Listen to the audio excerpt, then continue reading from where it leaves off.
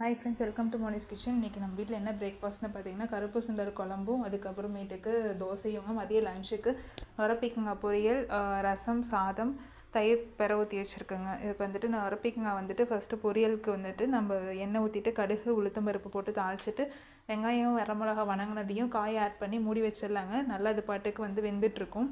அதுக்குள்ளே சுண்டல் குழம்புக்கும் வெங்காயம் தக்காளி வணங்கிட்டு கறி மசால் தூள் ஆட் பண்ணி மஞ்சத்தூள் ஆட் பண்ணிவிட்டு நல்லா பச்சை வாசம் போனதுக்கப்புறம் வேக வச்சுருக்க கொண்டக்கடலையை ஆட் பண்ணி லாஸ்ட்டாக தேங்காய் கொஞ்சம் பொட்டுக்கடலை, ஜீரகம், சோம்பு அரை டீஸ்பூன் போட்டு கொண்டக்கடலையும் கொஞ்சம் போட்டு நம்ம நைஸ் பேஸ்ட்டாக அரைச்சி ஆட் பண்ணிட்டோம்னா குழம்பு வந்து ரெடி ஆயிருங்க.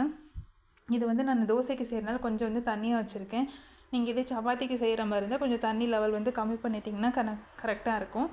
பீக்கங்காய் பாருங்கள், அதுலேருந்தே தண்ணி வந்து எவ்வளோ பிரிஞ்சு வந்திருக்குன்னு. நம்ம இந்த காய்க்கு மட்டும் தண்ணியை ஆட் பண்ண தேவையில்லைங்க. காய் வந்ததே தேங்காய் பூ போட்டு இறக்கணும்னா நம்மளோட பொரியலும் ரெடி ஆயிரும். இது இன்றைக்கி நம்ம வீட்டில் வந்துட்டு மெனு.